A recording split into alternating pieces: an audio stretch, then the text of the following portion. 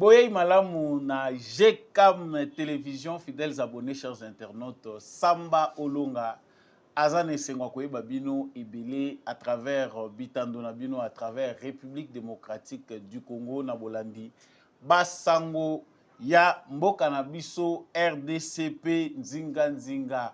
Merci Nayo Mutoponi Kolanda Etando Oya éclairé, osa sur la bonne fréquence, Liboso Nabine Zali Mwana Mboka.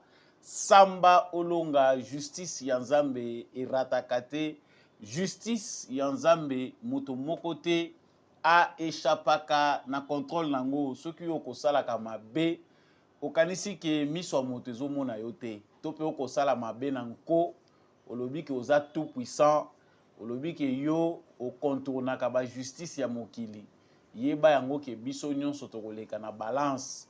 Tôt ou tard, tu finiras par récolter les fruits de tes actes. Donc, yeba ta banana yo, bakolokota ka mbuma, tope bango, bakozwaka etumbu pona ya mabe o tatana bango zali kosala. Lonaka kaka malamu po bolamu efutaka pe à travers ba génération. Armée congolaise epesi bilan ya maesalimaki week-end. En tout cas, aux alentours de Sake, réponse de l'armée congolaise na FARDC ezalaki penda makasi contre ba militaires rwandais na mouvement na bango terroriste M23. Tokolobela bilan wana bombardement à lobby à drone ya FARDC, tokolobela ngo na kati ya émission na biso ya mokolo ya lelo. Tokolobela réunion moko o ezali ko se tenir entre armée rwandaise na armée ougandaise. Mais na réunion wana ba responsable ya M23 bazali convié pour ba participer kuna tokolobela pe yango. Tokolobela lelo lisusu pays moko ebakisami officiellement na ba pays ennemis à la République démocratique du Congo, le Kenya. Rôle ya Kenya ezali nini lisusu à travers mouvement terroriste M23 oto yebaki ke sima nango ezaka ka Rwanda. Lelo Kenya akoti ezana likamunini tokolobela yango. Répercussion ya ba acte ya mabe ya monsieur Ruto président ya Kenya. Qu'est-ce qui se passe dans son pays? Ezana coup d'état ou ezako se préparer na kati ya Kenya. Les Kenyans en parlent. Les hommes d'affaires kenyans bazali lisusu na boyoka nité na président kenyan Ruto. Qu'est-ce qui se passe dans son pays? Est-ce que mabe coup d'état ezolingi beta makuna tokolobelango na kati ya émission na biso ya mokolo lelo? Président Félix Tshisekedi akokende Russie toté nini eza na agenda na ye? Qu'est-ce qu'il va faire na Russie? Est-ce qu'akokende kaka na hésitation na kanti mituna ezebele po bato belé basi balemba diplomatie ya président Félix Tshisekedi? Azokende engagé, toi azokende toujours avec prudence en gardant la bande des occidentaux. Nakanti ke eza mozindo question wana tokolongolango na kati ya émission oyo. Sango ya mibale ezali doute o ezali balaye fin ya polémique. Nouveau vice-premier ministre en charge de la défense na kombo ya Guy Kambombo Mwa Janvita à s'entretenir na prédécesseur na ye Mutatikeli Ebonga Jean-Pierre Bemba Gombo na climat moko amical ba ko solola makambo etali défense parce que ça na baction esengeli ezala mené. Est-ce que yango ekoko zongisa kimia na ba militant ya MLC topé bandemo oyo balingi kokotisa division na Congo? Na kolobelango na kati ya émission na biso ya mokolo lelo ya mboete tosukisa Donald Trump akotanga tango nyonso kombo ya Congo. Alobi ba prison ya Congo ezali polele, ba prison oyo ya Congo ezali polele, ezali nde bafungoli yango pona kozwaka ba prisonnier kotindaka na États-Unis. De quel Congo Donald Trump parle? Et puis Congo na biso pe tozali ko participer na mabe na makambo Donald Trump azali kolobela na lolenge nini? Samba Olonga kofungola brèche pona kolobela ngo moke. Parenthèse émission oyo ezali élection en Afrique du Sud. ANC ANC ya Nelson Mandela, ya Thabo Mbeki, ya Zuma, lelo ya Cyril Ramaphosa et perdre bataille parce que bazali sous na majorité te na ba député na bango kuna parce que kuna ba votaka président te na voix directe ezaka suffrage indirect eza ba député nde ba bimisaka président kasi ANC à perdre majorité mais stratégiquement parlant ba perdre na une stratégie na bango te. Qu'est-ce qui se dessine là-bas?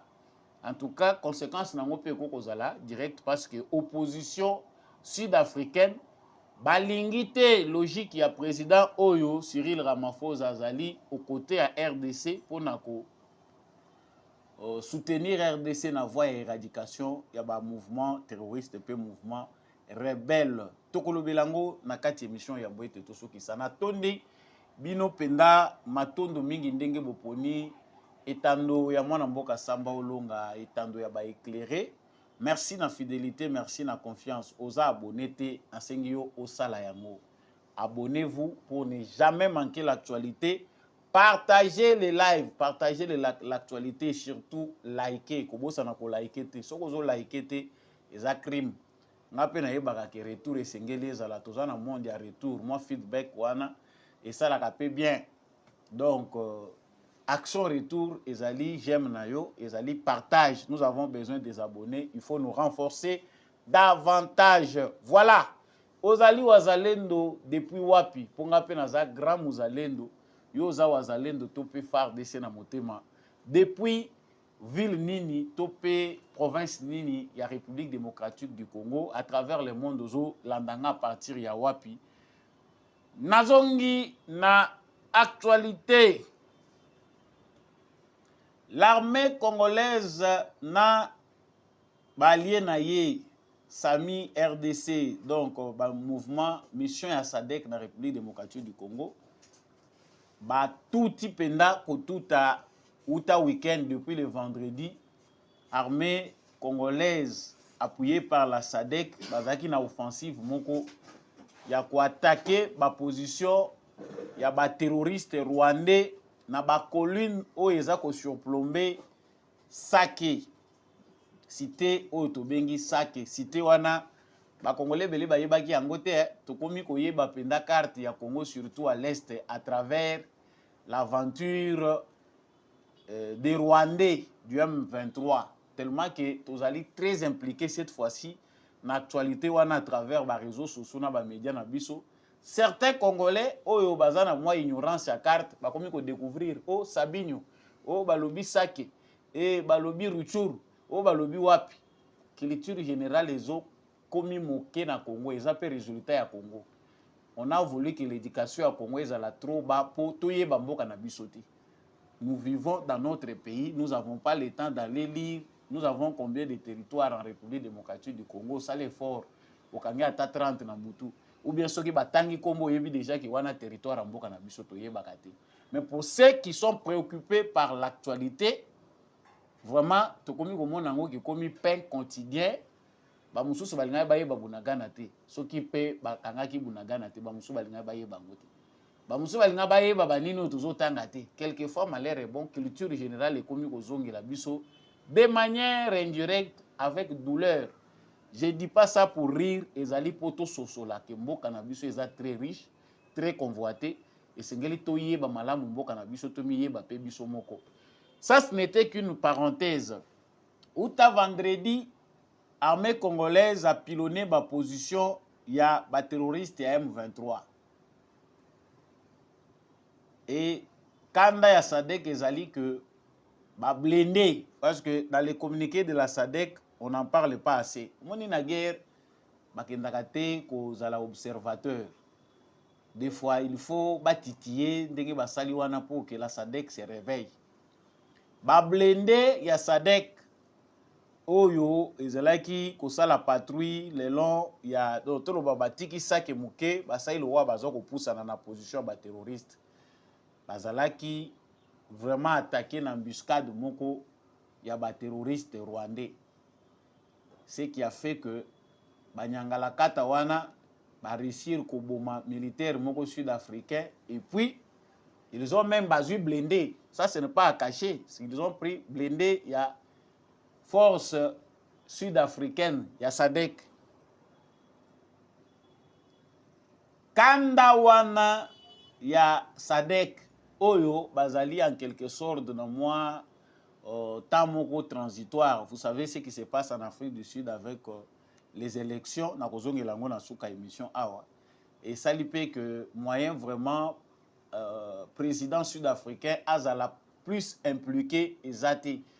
Nous avons qu'ils appellent à moi vide, moi ils ont se faire sentir sur le plan diplomatique pour faire agir la SADC. Faux président azala calme. Actualité où ils allaient n'amboka na yewana élection les actualité oyo ezwa kamutu concentration nyonso. Donc makambo même où ils ont les na Congo et comme il va faire courante, il ne peut pas prendre de grandes décisions pendant période wana. Mais vu que déjà c'est engagé qui force wana au côté, en tout cas Kanda et ça dit que oui que les Sud-Africains ba côté wana no ba bundete ba perdre des militaires.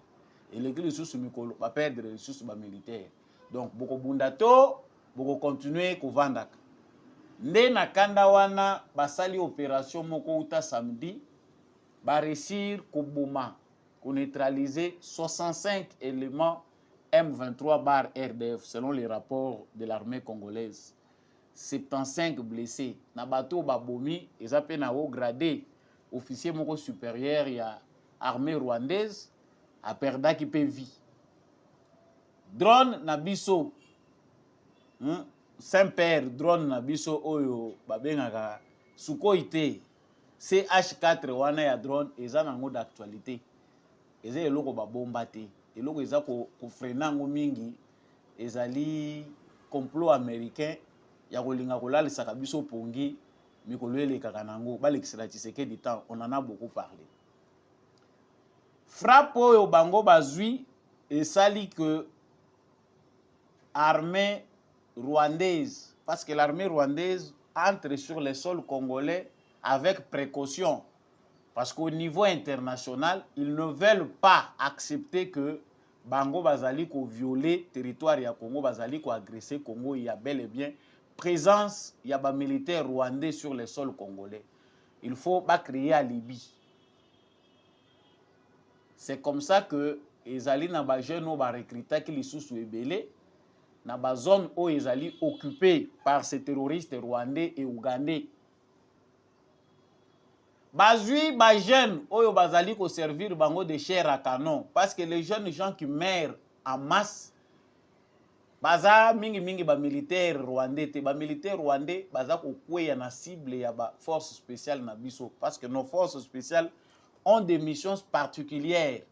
En tout cas tina oyo président Félix Tshisekedi a renforcé ba force spéciale les alliés pour na ba mission moko très spéciale ndenge appellation na bango ezali, c'est-à-dire bango baza na possibilité bakei batiki bango na environnement moko ezali occupé par les M23 basali élimination 5-6 personnes babomi basimi nzela pe bakei ezali musala o bayibu na biso ezoko sala eza musala ba force spéciale ebele baza ko sala guépard on en passe.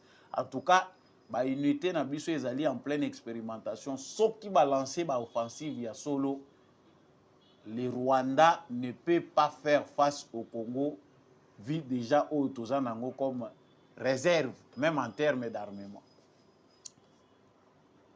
Donc, Rwanda, baluki kutu basa l'effort mukolo alobi bakende ko contourner. Bamoni ke na niveau ya Kanyabanyonga oyo isalaki actualité toute la semaine passée. Balingaki nde bazwela à partir ya Kanyabanyonga.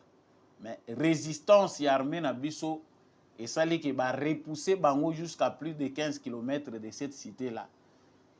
Bango balobi te to ke nesko ko contourner to luka voie mususu. Côté ba ke ko contourner, ba ke ko kutana na ba militaire na biso ya 32e brigade. Kuna lisusu donc ezali lokola carnage. Oyebi que actualité oyo tozo ko pesa bino nde ba bribe. On ne peut pas en être fier lorsque ba parti mususu ya mboka na biso ezali prise en otage par ces terroristes po mingi ba question ezongela biso kaka eza bunagana ndenge nini. Mais la République démocratique du Congo, l'est de la République démocratique du Congo est un mouroir pour plusieurs citoyens rwandais. Na munoko biso ba congolais toza nango polo makambo to bomba ka te. Nous on a une liberté d'expression. Le Rwanda c'est une prison à ciel ouvert pour les Rwandais parce qu'ils ne peuvent même pas commenter leur actualité politique. Les Rwandais s'inquiètent déjà par rapport à l'actualité qui se passe entre la République démocratique du Congo et leur pays, le Rwanda. Mais où est-ce qu'ils peuvent se retrouver pour en parler? Parce qu'ils sont dans une prison. Ils ne peuvent pas en parler. Les journalistes qui ont osé de le dire, tout le monde sait que l'enquête est en train de dire, enquête Yabato et Bazalaki na Kagame. Plusieurs pays européens, plusieurs journalistes, plus de 15 journalistes se sont réunis. Babimisi Bosoto Nyonso. Il y a comment Kagame ne veut pas qu'on sache que les militaires rwandais meurent sur le sol congolais. Là encore, c'est une parenthèse. Sachez que Mukolo ya vendredi, ya samedi, na ya lobi dimanche, carnage et salamaki. Les militaires rwandais, le cimetière na bango eza Congo, ils sont encore tombés dans une autre embuscade en cherchant à contourner bouclier oyo FARDC atie bake kokweya isika oyo bake komitika lisusu. Boyebi bino bozo ya bokanisi ke bozo kende nzela bien mais boke kokutana na bateau baza déjà kovanda na zamba baza kozela bino. Les jours qui viennent seront riches en événements parce que nous ne devons pas être informés en tout. Parce que sur le plan militaire, la stratégie est là. Lorsque même les Américains qui soutiennent les Rwandais, les Européens n'arrivent plus à comprendre résistance ya Tshisekedi Evandi et Sikanini, sachez qu'on est dans les bons. Peu importe l'information présente, ezali difficile bango bazongisa Congo na sima na stade otokomi. Ezali difficile pour na bango plan oyo bango bazali kosala avec tout ce qui est connu aujourd'hui à travers le monde. Comment ne pas accepter que la diplomatie de Tshisekedi a marché? Ba crime ezoleka na Congo et comme kolobama na ba citoyens presque ya monde entier. Partout on en parle. Ce n'est plus un secret. Et comme kosala bango soni baza obligé ba se cacher mais bakobatama wapi, ce sont des criminels de nature. Ils sont héritiers des colons, ceux qui nous ont colonisés, héritiers des esclavagistes, héritiers des négriers. Na mentalité na bango ba continuer kaka ko agir selon oyo na kati ya ADN na bango. Na kati ya ba gène na bango, il y a la violence, il y a l'impérialisme. Et malgré le langage qui peut changer, dans le sang, ils sont obligés d'aller dans le sens où les ancêtres na bango bajisaki. C'est à nous de relever les défis, de voir ce que nous pouvons faire. Donc, on a bombardé des militaires rwandais qui pensaient qu'ils se sont bien cachés paisiblement pour balancer à Sona Bango. Drone ya FARDC, surtout ici Bango. Donc, ils ont fable été biloko to betaka. Ba image mususu komi problématique avec ba chaîne YouTube ou ba plateforme toujours ko partager nango ba information. Trop de restrictions, baza prêt ya ko kanga biso ba chaîne, bazali prêt ya ko faire perdre biso même les peu d'intérêt qu'on a aussi à communiquer à travers ces plateformes. Donc on diminue diffusion ya ba certains éléments surtout ils à caractère militaire et pas na bango comme violence. Ba yebi pe que totonga ka bamboka na bango, toza ko tonga pe bango ke baza derrière makila et tout ça ça a toujours un impact. Tout ça la pe ba ya biso, ba plateforme na biso, vous verrez que nous serons libres. Voilà sur quoi il faut réfléchir. Donc na moment où tozali koloba notre armée se comporte bien, mais ezali na bana mususu bakoya na abattoir, des jeunes innocents qui ont été formés à Rubaya, des jeunes recrutés selon ma information, bazali komema bana wana après une année, un mois pardon, un mois ya pamba oyo bazui bana wana baza ko faire tourner na bango. Ils sont prêts à venir exposer encore ces enfants là face à la colère de l'armée congolaise. Ces ali bano bango bazali kotia liboso po bakufa en désordre. Entre-temps, l'armée rwandaise est en train d'appuyer derrière ou stratégiquement. Voilà ce que Kagame est en train de faire. Important ezali information nazali ko bimisa sikoyo. Réunion moko ezali ko salema ya armée rwandaise, ba responsable ya armée rwandaise na armée ougandaise. na Nyagatare na Rwanda. Réunion wana ezali selon bango réunion ya sécurité transfrontalière. Pendant 3 jours, baza kolinga ko renforcer coopération et ko lutter contre criminalité, selon ce qu'ils ont dit. C'est entre l'armée ougandaise et l'armée rwandaise. Mais selon les informations que nous avons reçues, la réunion entre les UPDF et les RDF rwandais ezali autour du mouvement M23 parce qu'ils allaient mouvement moko bicéphale, ezali na tête moko rwandaise, tête moko ougandaise, mais sikasika wana kolobela ezape na mutu mususu ebotami côté ya Kenya naza koya na mona masolo. Réunion oyo eza kosalema na Rwanda ba nanga bakozala, ba Sultani Makenga bakozala, ba oyo nani mususu oyo kombo ekoyaba kombo ya bato ya M23 nyonso baza kuna. L'objectif ezali stratégie ya sikao bango balingi bazwa face à la pression internationale, face à l'avancée au renforcement des mesures de l'armée congolaise.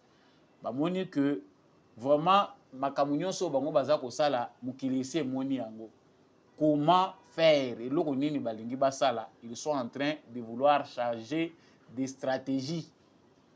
Le mouvement M23 a des scissions internes, des divisions.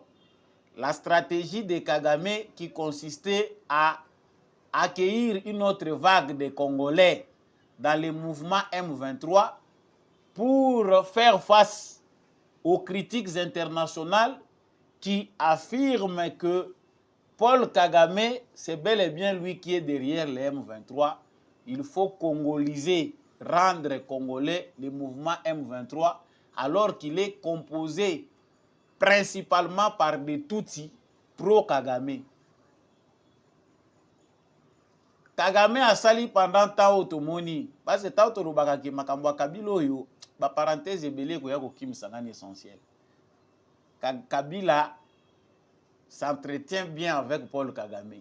Et voire même certains qui se disent aussi congolais awa, lokola bakatumbi.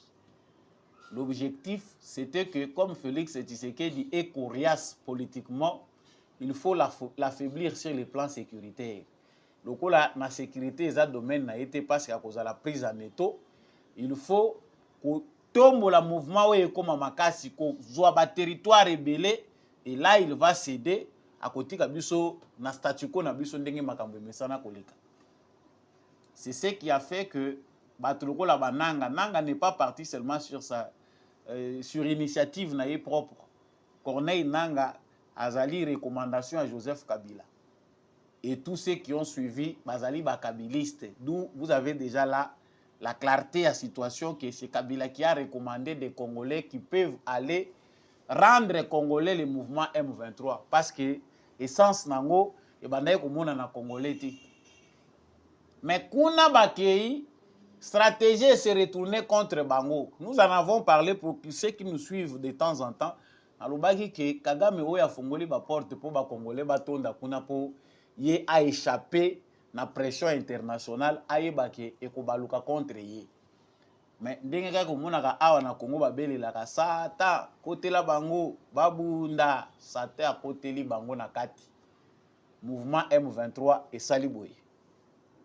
Kotoyo Sultani Makenga c'est un tueur. Kagame l'utilise beaucoup parce que ye eza lokola bakunda abattoir. Sultani Makenga n'a pas peur de tuer, c'est-à-dire ba mission bango batinda ka bango eza ba mission suicide.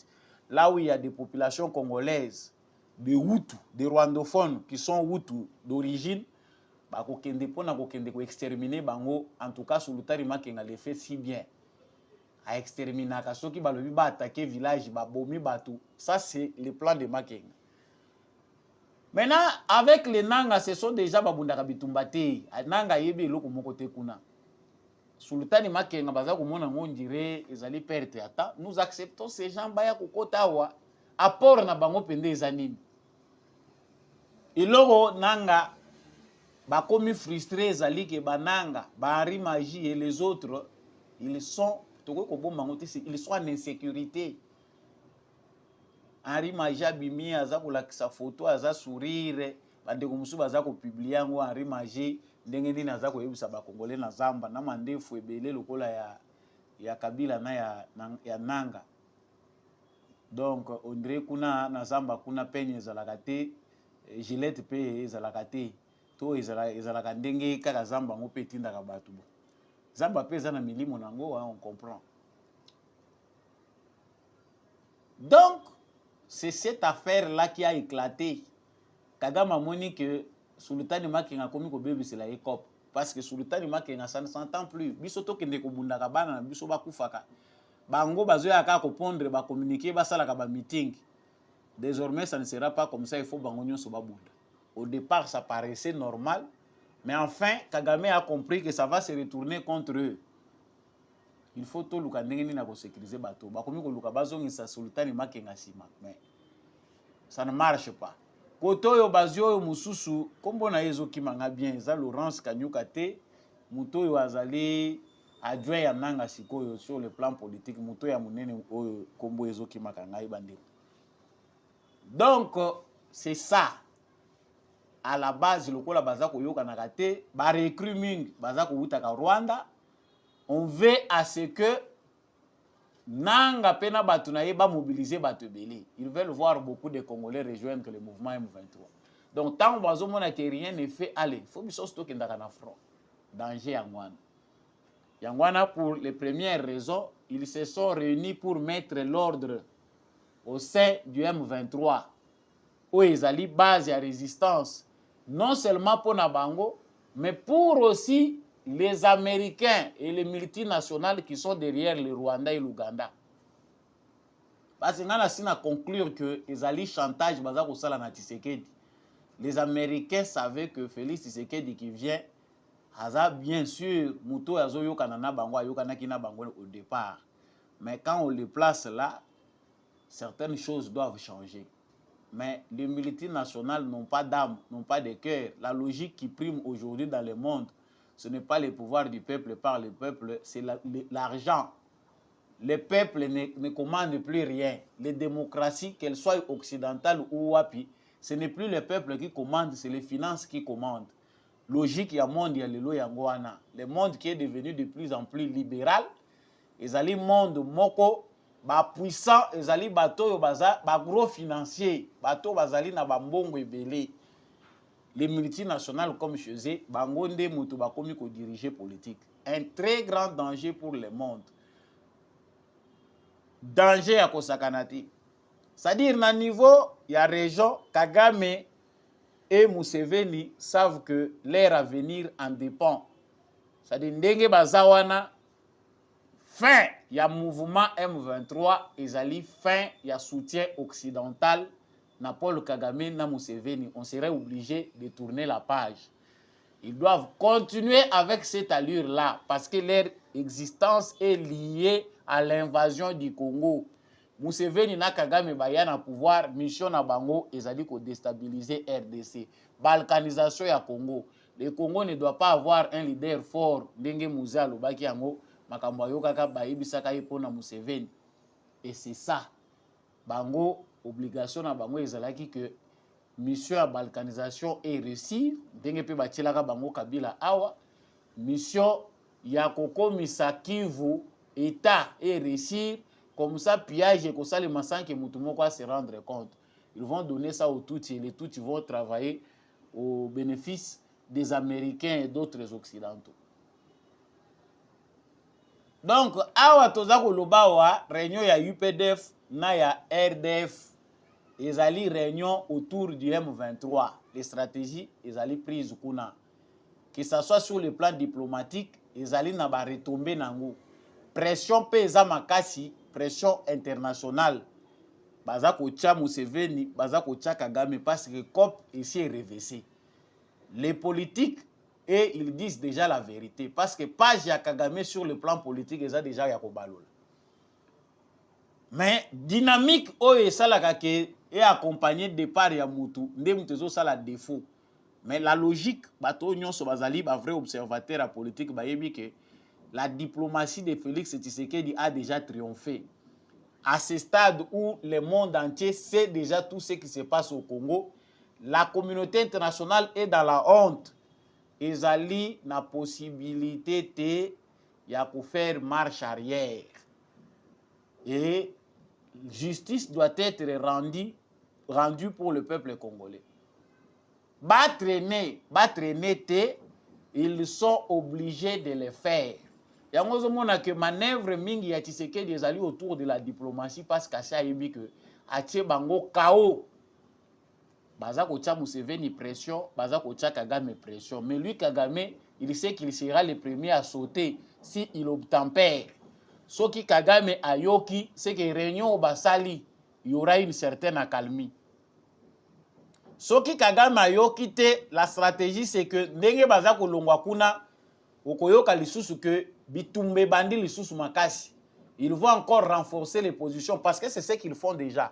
Bana wana oyo bango ba former ebele wana bazali kotinda bango na abattoir pour baya ko fertiliser sol na biso. Ça montre l'entêtement. C'est-à-dire si ça va, on verra la conséquence. S'ils ont obéi na ezali pression internationale, conséquence c'est kozala que batouana bakobima bango moko sans bitumba. Ça a été décidé depuis longtemps. Ils imaginaient que dans le département d'État américain, Tolinga Kitoko en 2024 était avec Bunagana entre les mains des Rwandais et Ougandais. Parce que ça bango moko nde mutu basala kabiloko wana. Mais les concours de circonstances, les batailles diplomatiques ont fait que va faire traîner Bisso. Logiquement parlant, la bataille pour reprendre Bunagana ezali diplomatique. Yango à un certain stade, Tshisekedi azali ko paraître défaillant. Pourquoi? Parce que à avancer, au moni aza obligé à tchali sous litoyi ou bien à ça la calcul. Nous aurons compris que ce qui se passe là-bas aussi toyebi yango. Donc réunion na bango basala oyo nyonso bango bakosala, le Congo est déjà aussi bien préparé. Bango mpe bayebi que Congo oyo ya lelo ya Tshisekedi ezali époque ya Kagame ya Kabila te.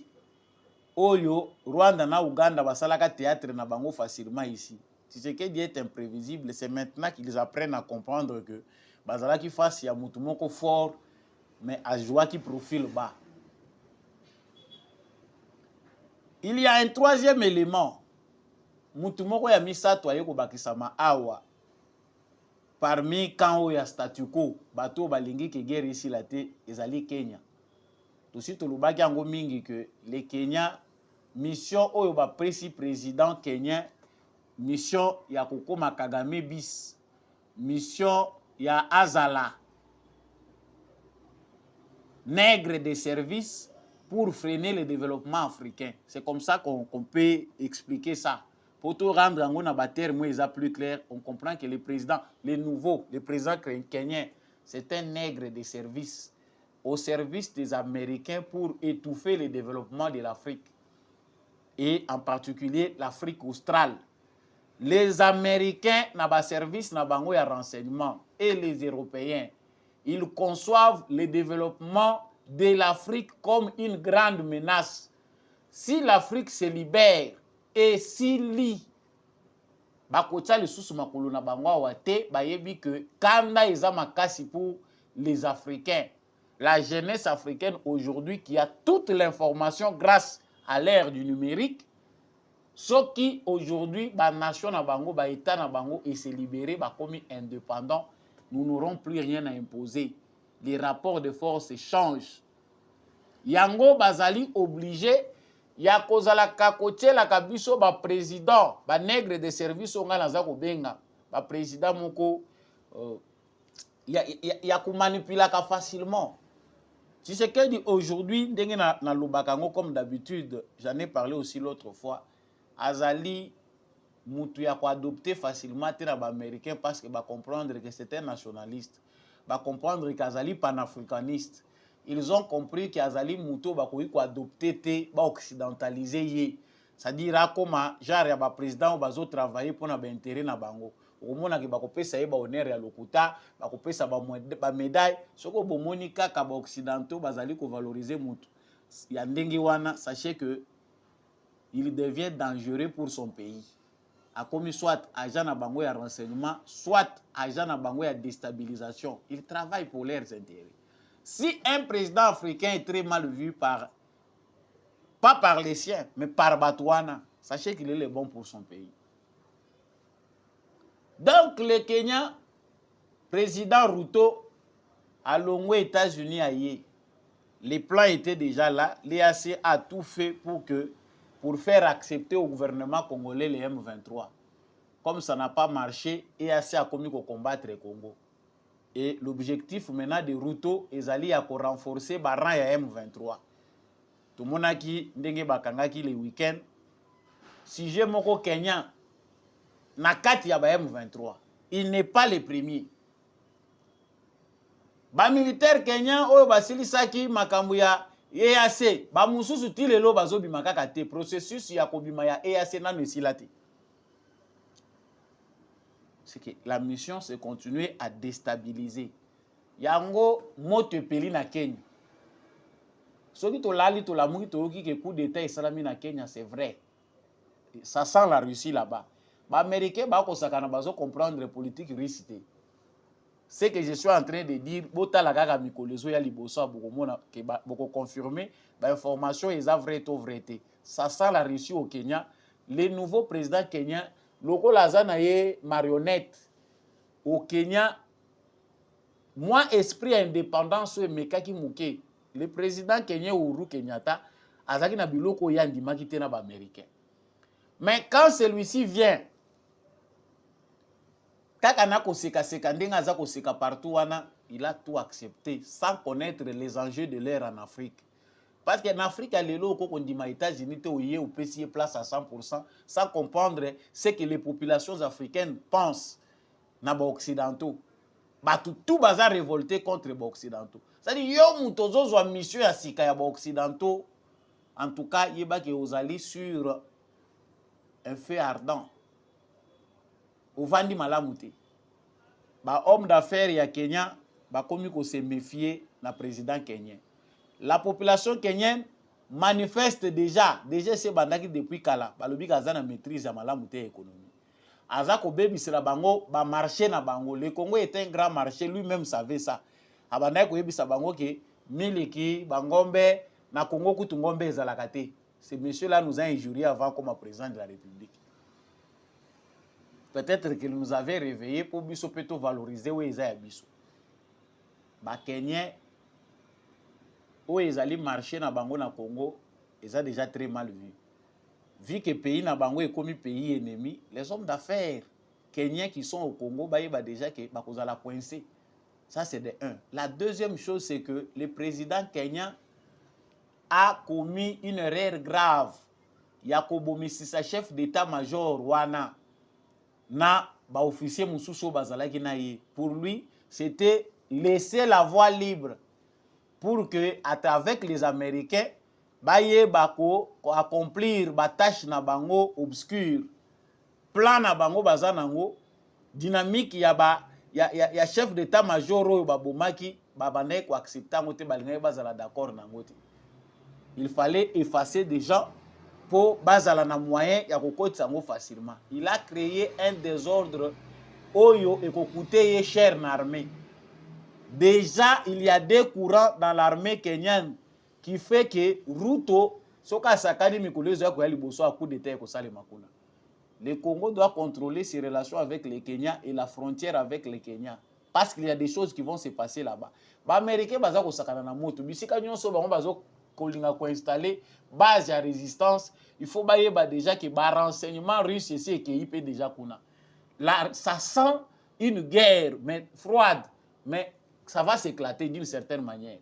Ba pays oyo bazali ko collaborer na Russie ba ekomi ko comme ebele ba musu baza ko jouer na hypocrisie. Baza déjà na Russie mais baza ko sala on dirait baza soit neutre ou bien ils sont encore en train de respecter les occidentaux. Mais la tendance est beaucoup plus russe chinoise que occidentale. Na momo toza ko loba ako riska sauter. Ako riska mona porte ya deuxième mandat te oyo aza ko luka wana. Parce que les Américains, dans leur plan, ils doivent les sécuriser à ça la deuxième mandat pour asseoir politique au bazar à résistance face à la menace russo-chinoise en Afrique. Logo la bazo benga na biso partout, toko kozanga base en Afrique te photo Kenya e comme logo la pays na biso place to tchependa likunzi ya suka. Mais ça se murmure, c'est que moi je suis en train de dire ayez pas mbatté les officiers militaires au Kenya déjà murmure eza makasi. Abomisi si mutu oyo akokaki kobatela ye kobongisa makambo au profit ya bato ya kolinga kocha mabe koya kuna. Donc ça sent les coups d'état là-bas. Ezali ko se sentir kuna. Biso to kobeta ka maboko. Mais que doit faire le président Félix Tshisekedi? Akokende avec hésitation na Russie. To akokende déterminé. C'est une question que les Congolais veulent savoir. Mais le président Félix Tshisekedi vit tout ce qui se passe. Azali, Moutoumoko Aza obligé à continuer à marcher dans la sagesse, mais il ne peut pas continuellement marcher que entre le pâte. C'est aussi impossible. Tout ça, à un moment où il y a un bouleversement. C'est-à-dire, ce qui ouverture, on en profite, on passe. Tout ça, dans la situation, on va faire lidusu, balobi, baobimisaka Moutoumoko. So toza na kati ebele bousculade il faut ça les porte ou anebuka na biso se retrouver libanda. Voilà la réalité africaine. Eux pensent qu'ils doivent contrôler les changements qui s'opèrent en Afrique.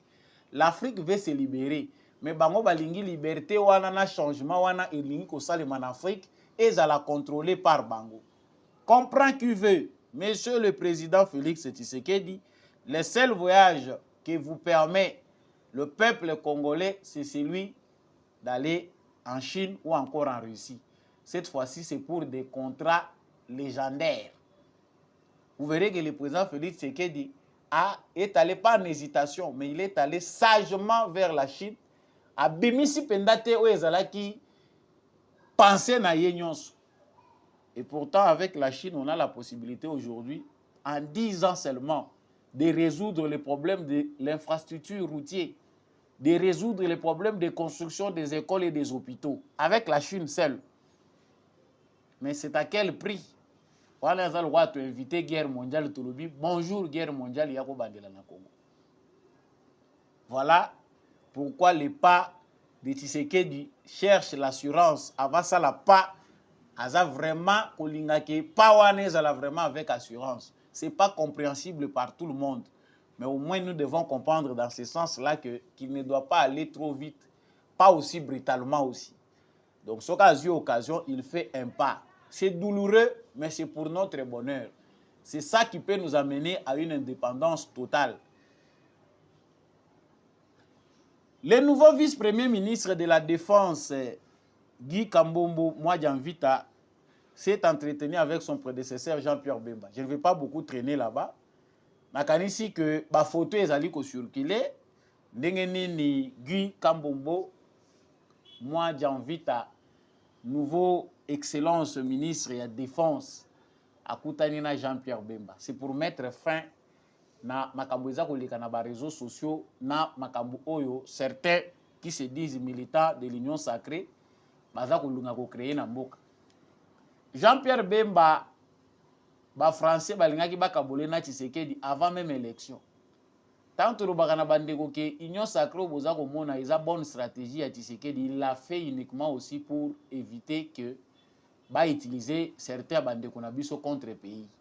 Il fallait créer un bloc où il devait réunir bana mboka na miyibi na bandoki na banani, mais pourvu que tous à la bomoko tout échappé na complot international où lingaki pour fragiliser biso pendant période électorale. Nous avons réussi cela. Donc l'union sacrée dans la stratégie de Tshisekedi c'était une réussite. Mais dans les temps, tout comme une phase où l'union sacrée doit laisser la place à autre chose parce que les politiciens congolais baza qui s'appreuve ya maturité. Je peux déjà renchérir avec ce qui se passe avec l'ANC. Vous savez que la maturité fait que gérer les problèmes entre bango. Celui qui est au pouvoir n'a pas besoin de chercher à beaucoup manipuler. Il a compris qu'il faut tout subir l'échec pour renforcer Bisso. moyen muta ke ne kokota kuna ezate. Mais au Congo, la porte restera ouverte pour que voisin ya kokota, voisin ya kokota la biso, États-Unis, Europe yaka. Maturité ya classe politique congolaise ezali ko handicapé marche ya Félix Tshisekedi pona ko bongisa ko réorganiser environnement politique congolais. Mais Guy Mwadja Mvita lokola kutani na Jean-Pierre Bemba oyo ezalaki polémique oyo ezalaki makelele il faut ici là. Jean-Pierre Bemba a acquis aussi une maturité à travers parcours na ye politique. Ndenge alekaki na élection na Joseph Kabila.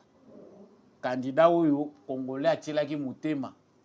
Auti na 1+4 ba désavoué. Mais na souka nango peuple congolais devant un choix difficile à l'obito pour natal le moindre mal à poni Bemba. Mais Bemba ngo akokai ko sala eloko te parce que c'était déjà prédestiné. Déjà ils allaient planifié. Il s'est retrouvé à la CPI. Donc tout le monde peut commettre des erreurs.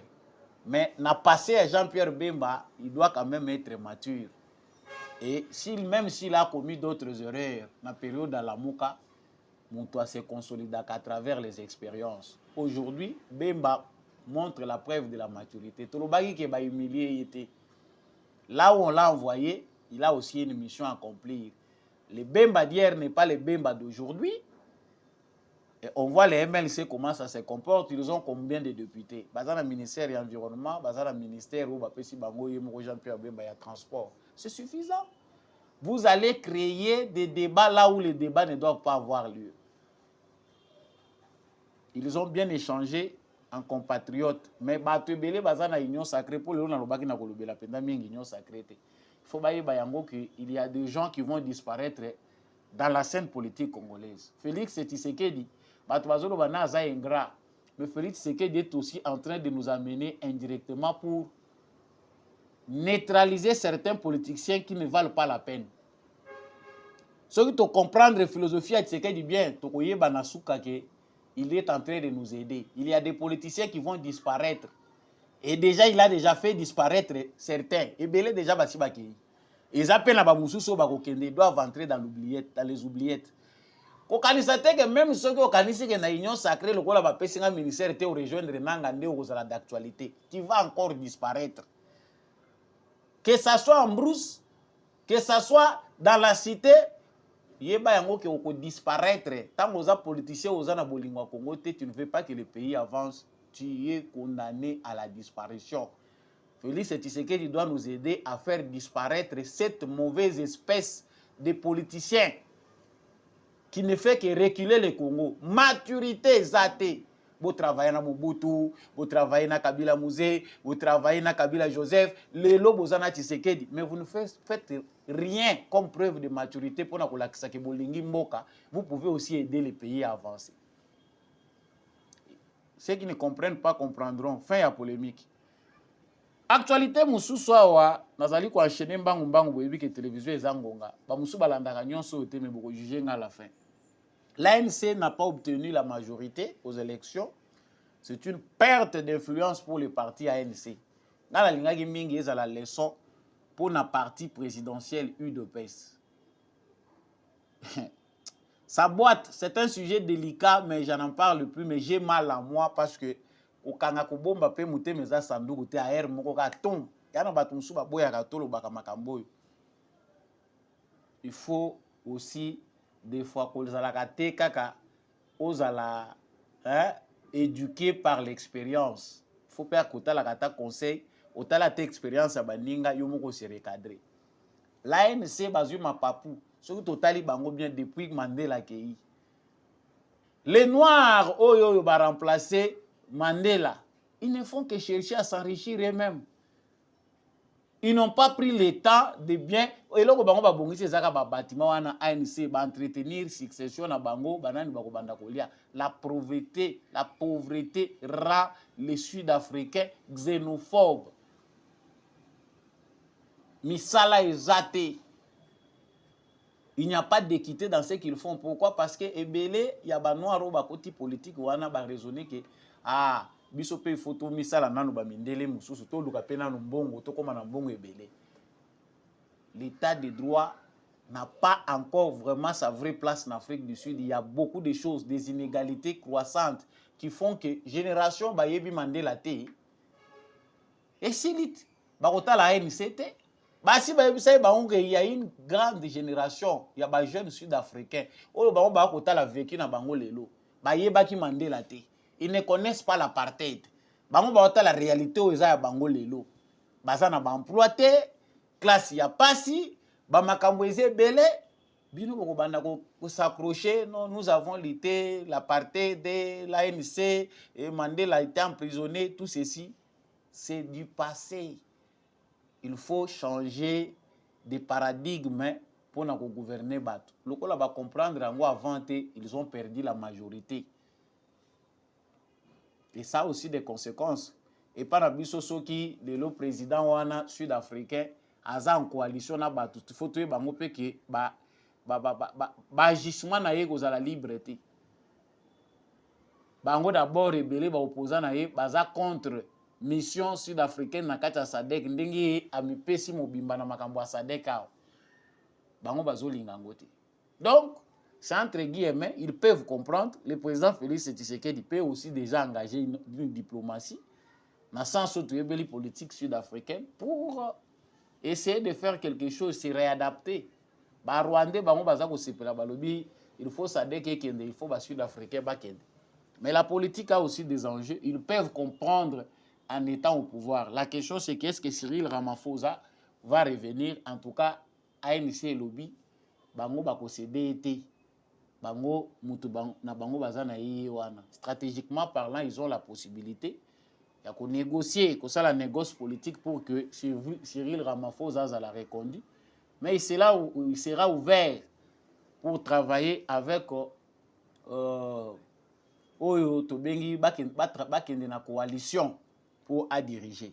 Donc nous en parlerons. Pour les partis présidentiels UDPS, retenons que l'expérience des autres doit faire réfléchir. 5 ans après, les partis chers à Etienne Tshisekedi patauge encore dans l'organisation. Rien, tant on a rien ne se fait voir, même en termes d'organisation. Rien. Tout le monde a un nouveau riche. Un nouveau riche, tant qu'on s'enrichit déjà comme puissante. So bolobi akangisi bino munoko. Oya omekoloba kuna boye, babengi bango encore le roi congolais, pesi moi $500, $2000, panzani et Chili. On fait taire tout celui qui parle. Les nouveaux riches doivent eux continuer à s'enrichir. Où est passée la lutte d'Etienne Tshisekedi? Pensez-vous qu'avec cette façon-là, ce mauvais départ-là, l'UDPS peut faire aussi comme les ANC? Parce que l'ANC au moins va combien à 30 ans. Mais l'UDPS, yango yonano awa. Pour na député pour la première fois il y a une élection libre 75 y a pas même pas 100 sur total déjà la union sacrée président Tei Bango lobby tolingi to sala union sacrée zala et loko ko permettre que to ko banda pouvoir na biso to ko banda ko traiter ango ndenge toza na liboke na biso. C'est un exercice atalisi bango vision. Mais les gens ne sont pas encore préparés. Bato bazaki na kata salo wana bakoma ki esika Tshisekedi ya comité. Tshisekedi est dans le futur. Aza très loin. Il sait que l'UDPS parti oyo ezali bien implanté, ezali efficace par rapport à ba parti mususu toko koloba. En termes d'état d'esprit, pas en organisation. L'UDPS aujourd'hui vit comme un état d'esprit. Pour bato Tshisekedi a forja qui a formaki, ne bazo défendre parti wana. Mais c'est aujourd'hui qui sont à la tête de l'UDPS. Pensent qu'ils sont en train de diriger l'UDPS. Bazo ko se diriger bango moko, bazo profiter na bango. Et avec cette allure, comment l'UDPS peut aussi conserver les pouvoirs? Tant qu'on prétose ko banza qu'il faut aller dans le système oyo ezali à suffrage indirect, président à la voter dans le parlement. Est-ce qu'on a assez de maturité pour tout ça déjà base wana? Na mai na misu. Les politiciens congolais n'ont pas prouvé la maturité. École ya Etienne Tshisekedi des osala mawa posa ya kolela. C'est le meilleur qu'on met de côté. Au profit ya banini ya bilokos pour ba retro ezongaka. Ba retour, ba jouer à 10%. ngana lobi na kokanga munoko te, mais président Félix Tshisekedi faut yeba yango que eza na M23, eza sous na mouvement moko mabe koleka M23, c'est au sein de l'UDPS. Tant qu'il y a trop de frustrés comme ça, des gens qui pleurent 5 ans après l'UDPS au pouvoir, même pas une reconnaissance, il y a bateau ba mener combat oyo. Bana ya ba fondateur na ya ba cofondateur. Des jeunes gens qui se sont sacrifiés. Même pas attaque à moi kabouaya, à moi école ya mouké boye. Non, on est en train d'encadrer des jeunes gens oyo balitaki zéro. Mais des gens s'enrichissent. Ça fait mal, même spirituellement, ça compte. Ne nous demandons pas pourquoi tous autres allons bloquer à un certain moment. Il faut qu'on t'a la cassima. Ba plaire, ils a trop. Même ba wey, bazo se pelater. Ça ne se passe pas bien au sein de l'UDPS. J'ai été le porte-parole, il y a ba frustré pe belé, na ba te belé bazali pour sentir que ça va mal. Le parti présidentiel n'a pas encore de base pour la conservation du pouvoir.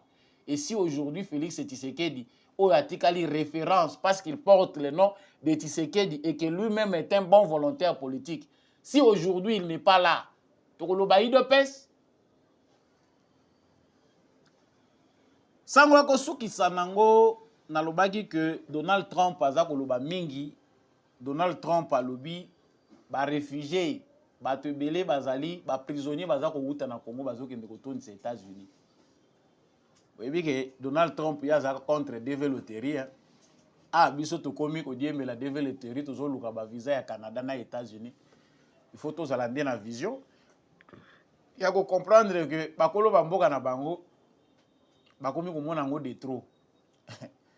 Bato ba créer stratégie ba fongoleli biso couloir pour to sopanaka na ba pays na bango. Ils savent ce qu'ils ont fait, ce qu'ils font à travers la mondialisation. Pour nani ni ba fongoli couloir oyo. Il y a noir na barab. Il y a une politique derrière que Donald Trump n'accepte pas. Alobi baza kozwaka ba réfugiés congolais, ba prisonniers congolais bazo kende kotondisaka États-Unis. Qu'est-ce qu'il veut dire? Même ceux qui a déterminé te Congo ya lobeli, eza Congo ya RDC, topé Congo ya Brazzaville. Nous avons tout le temps de nous poser des questions.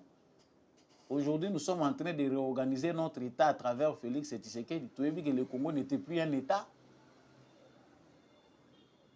Ba passeport auto kolobela awa. Ba dekobele ba passeport ezo umela ndenge nini makamba passeport. Mais normalement, il fallait toujours suspendre pour revoir le système. Ba passeport congolais ezana maboko ya ba Rwandais belé, ya ba Ougandais belé, ba yebi que c'est le passeport oyo eza facile. Oyo na ko corrompre akeika kakoti na système ya HCR amibengi congolais pe babimi na bango. Plusieurs Rwandais vivant aux États-Unis d'Amérique ont le passeport congolais. Grave comme complot. Si ko yazo benga bango ba prisonnier lo kazo bossa neza que ba prisonnier rwandais te. La plupart ya bateaux baza ko tchaka fouillage kuna au nom des Congolais ne sont pas des Congolais. Les Rwandais qui paraissent Congolais là ba yebi ata ba langue moko ya Congo te. Eza na moment moko oyo Congo ekomaki nango dépotoir parce qu'aujourd'hui bien nango ezaka ka ndenge tomoni ONIP fongoli procédure pour tozwaka ba carte d'identité. Mais en réalité tokomaki ba patride na mboka na biso moko. Qui est Congolais qui ne l'est pas on ne sait pas. Mais qui sont ces Congolais là où Donald Trump a se plaindre na bango? Et ça lui fait conséquence, il y a mauvaise politique américaine. Ce qui est là les lois Congolais mais c'est l'Amérique. L'Amérique a déstabilisé le Congo. Ça Trump doit le savoir. Et notre gouvernement doit aussi répondre qui sont ces Congolais là s'il s'agit de nous. Batubaya wa babimi HCR azui bango abimi na bango. 30 bakomi kuna o baza ba réfugiés congolais. Ba kei na ambassade ya Congo am passeport bazo kinde kozwela ngo libanda ya mboka comme étant des Congolais. Ça doit nous faire réfléchir. Et logo eza mutu ya Donald Trump aza ko fongola biso miso gouvernement congolais atikali na nous réagir parce qu'on ne sait pas. C'est de bien de nous qu'il s'agit ou eza ya banane. Mais bandeko boza ko beta développer il faut ko sala ngombangu parce que avec Donald Trump les pays comme les nôtres akochango lisusu embargo ndenge anyokolaki bato ebele ba nyokolaki Trump c'était pour ça mais dans la vision c'est un bon président au moins l'Amérique va s'occuper des affaires ya ba américains bakotika biso ba mosusu tranquille to émerger pe. Voilà pourquoi on aimait Donald Trump. Émission esili nazwaki bino penda ngonga mulai poto manyola nyonso ezalaki ba sujet ya mokolo ya lelo na pesi matondo na bino ba nyonso bolandaki émission oyo ba wazalendo oyo bolandaki émission na biso nga moko pe grand wazalendo nazali très content ya koyeba bino ebele. Likez l'émission, partagez vraiment les lives et l'émission. Laissez un commentaire, abonnez-vous si vous n'êtes pas encore abonné. Merci Nande Kombi à chaque Wazaki na sima caméra. Pe na réalisation pour cette émission et comme on habite na bino na tondi penda mingi apôtre Gérard Kabeyachovo. Merci à l'homme de la vérité des journaux. Jean-Louis Timbalanga, merci à papa Maurice Kikangala, papa Michel Lumakaso, papa Boniface Mpunga depuis tous la France. Merci à papa Freddy Ngwama depuis Mweneditu. Merci à maman Ville Bilonda, maman Lisette Mombe.